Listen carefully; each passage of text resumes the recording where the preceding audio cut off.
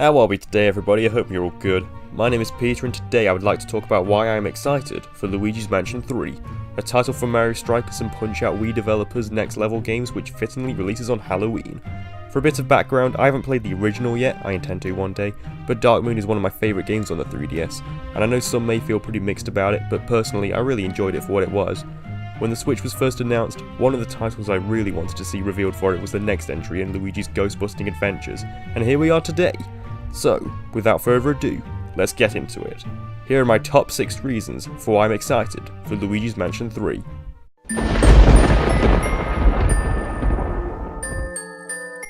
Firstly, I would like to talk about the visuals and the game's overall presentation, and I've gotta say, it looks stunning. As the first HD entry in the series, it's a significant step up from 2013's Dark Moon, which even then was visually impressive for 3DS standards.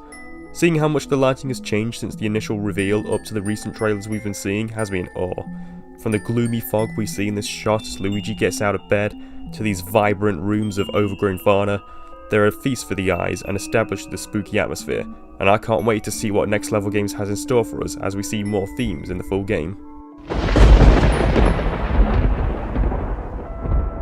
Next up, I'd like to bring up Luigi's new slimy sidekick, Gooigi. Introduced in the 3DS remake of the original Luigi's Mansion, Professor Egad's latest creation possesses traits that Luigi does not, such as the ability to push his body through obstacles like metal bars and spikes that Luigi can't go through normally. This opens up an assortment of puzzles that this mechanic plays with, and if you've got a friend handy, they can take control of Gooigi themselves. I think adding co-op to the game in this manner is interesting, since the player controlling Gooigi is going to possess different abilities, meaning they can fulfill a role that is distinct to player 1, therefore making actual contributions to the way you progress, rather than just being there for the sake of lending a helping hand like the co-star Luma in Super Mario Galaxy 2 for example. Foreshadowed as Luigi's grab in Super Smash Bros. Ultimate and the Simon Belmont reveal trailer, Professor Egad's other latest creation, the Polti Ghost G00, is equipped with both familiar and new techniques. On top of bringing back the strobe bulb and dark light device from Dark Moon, you have the ability to shoot these little plunger-like devices attached to ropes, think plunger guns in Rayman Raving Rabbids, which serve multiple purposes.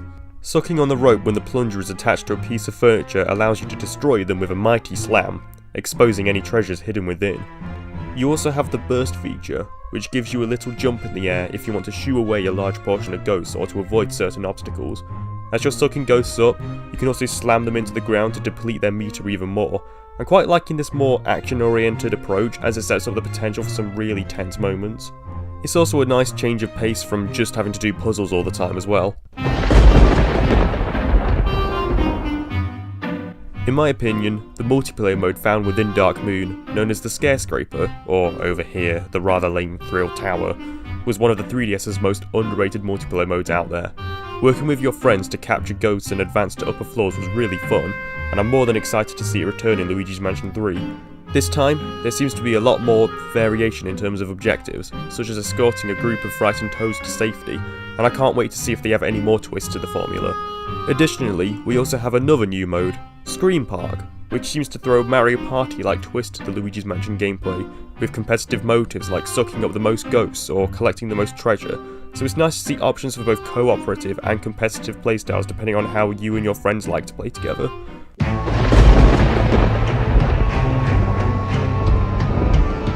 The next reason why I'm looking forward to Luigi's Mansion 3 is the overall setting of the game itself. The theme of a haunted hotel with multiple floors opens up a lot of room for interesting ideas that we may not have seen if we were simply restricted to a literal mansion. I know the game is called Luigi's Mansion, but I think in the context of the series, there's so much potential to be explored if you think of it as a loose term, and that's exactly what I think is going on here. Some of the themes of interest range from a movie studio to a medieval castle setting, and even a pirate theme. As I said earlier, I can't wait to see what's in store if there's still more themes to be revealed. The idea of ascending a hotel floor by floor is a nice way of making you anticipate whatever twists and turns are on the way as you keep rising up.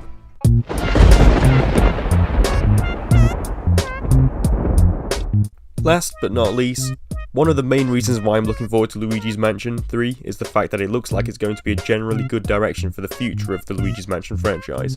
The series in general seems to have become more active in recent years after Dark Moon's success, and while opinions on that game may be pretty divided, it looks like the third entry is settling for the best of both worlds by bringing back the portrait ghosts that fans have missed from the first game, as well as having a bigger emphasis on exploration like the original, while maintaining some of the gameplay mechanics like Dark Moon brought to the table. The fact that we've also seen an arcade Luigi's Mansion title developed by Capcom as well as a remake of the original on the 3DS shows that Nintendo desires to make Luigi's Mansion a household name among their many iconic franchises, and if Luigi's Mansion 3 does well, I think it's more than safe to say that we are guaranteed a Luigi's Mansion 4 in the distant future. Perhaps the next console Nintendo does after the Switch. It's come a long way since we were anticipating a sequel way back in the day in the first place, considering the release gap between Dark Moon and the original, and I'm confident that this new game will continue the trend in setting sales records like we've seen with Breath of the Wild, Super Smash Bros. Ultimate, and Fire Emblem Three Houses, just to name a few examples. Anyway, that just about does it for this video. I hope you enjoyed it. Let me know what you think about Luigi's Mansion 3 in the comments below. Are you looking forward to it, or are you giving it a pass? I'd love to see what you have to say. And since you're here, why not check out some of my other videos, including this one, where I talk about what I would like to see if we ever got Super Mario Sunshine 2, or this one, where I talk about why I'm not giving up on the state of Pikmin 4's existence. Until next time, see you later.